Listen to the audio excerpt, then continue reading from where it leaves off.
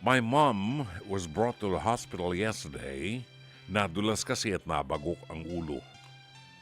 Medyo bastos ang doktor na nag-a-attend sa kanya kaya kinausap ko ang nurse kung pwedeng ibang doktor na lang. Good thing, mabait yung ipinalit.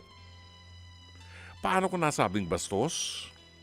I was worried since my mom is already 65 years old and was crying because she was scared.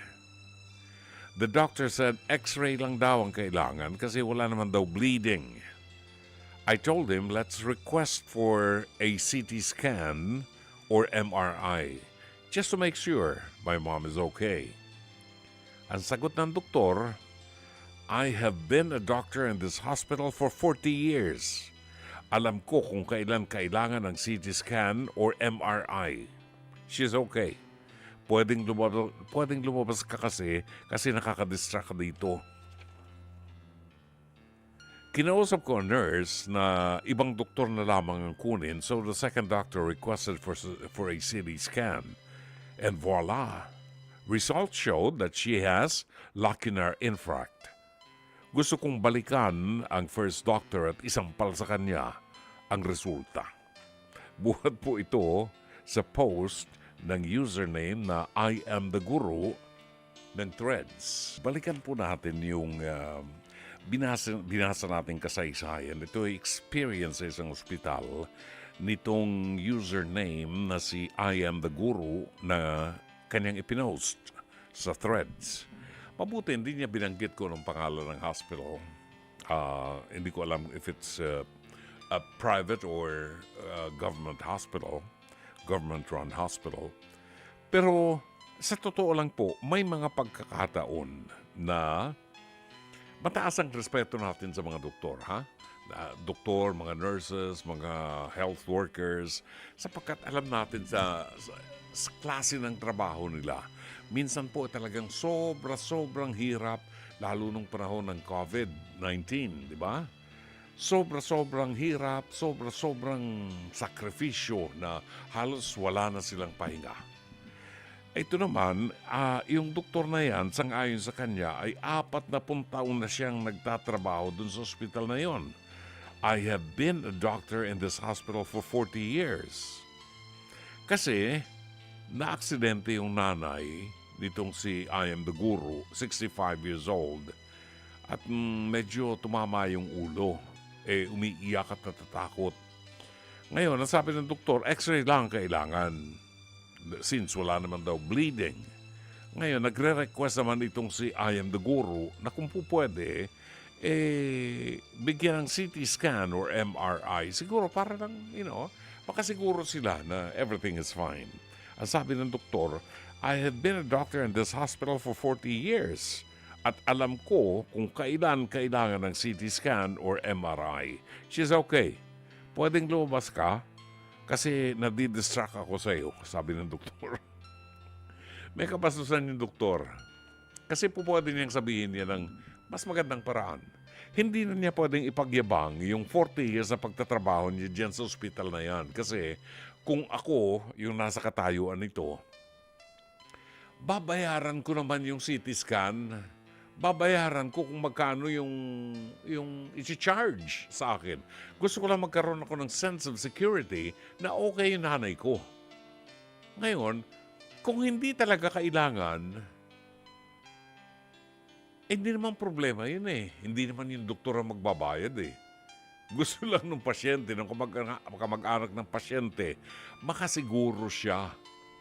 Ewan ko naman kung bakit tinatamad yung doktor at ipinagyabang niya yung kanyang 40 taong serbisyo doon sa ospital na yon.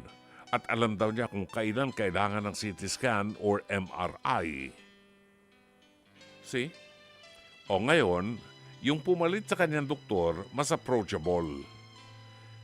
Pinagbigyan itong sender na ito, si I am the Guru, pinagbigyan na i-CT scan yung kanyang ina. So, ang resulta ng CT scan, merong lacunar infarct. Ibig sabihin, may problema. Di ba? Na hindi nakita ng unang doktor dahil ayaw niyang pa-CT scan at ang gusto niya x-ray lang. alam nyo, hindi natin alam kung ano nasa isip ng mga doktor dahil sila mga nag-aral dyan. Pero kung nire-request ng kamag-anak ng pasyente o nire-request ng pasyente, gusto ko po ng MRI, gusto ko ng CT scan para masiguro that I'm okay. Babayaran ko naman ho. Di ba? Anong kaber ng doktor? Di ba? Anong kaber ng doktor? Sige, di siya na ang magaling. Okay na yon. Pero pagbigyan mo ko dahil ako nagre-request, ako ang pasyente, akong gagastos. Utang na loob. Diba? Naka-experience kayo ng ganyan. Ako meron ako mga moments na may mga moments ako na masyado kong demanding. Oo. Lalo kung alam ko yung karapatan ko. At hindi, sa akin, it doesn't really matter kung ang kausap ko doktor o hindi. Pag ako nakikipag-usap sa doktor at ako'y, ang tawag dito, ako'y nagpapakonsulta, humihingi ho ako ng resibo, yung may BIR stamp, official receipt. Humihingi ako. Kasi nagbabayad ako ng buwis. Doon sa mga klinik ng doktor na napupuntahan ko minsan, kadalasan, pag hindi ka humingi ng resibo, hindi ka bibigyan ng resibo. So, paano? Yung binayad mo, hindi ka naman po pwedeng hindi magbayad Yung binayad mo, diretso na sa bulsa. Walang pakinabang ang gobyerno. At alam yan ng mga doktor. Alam ng mga doktor. Kung hindi ka hihingi ng resibo, hindi ka bibigyan. Ganun ba yun? Kaya ako humingi ng resibo. Kasi pinaghirapan ko yung perang yan.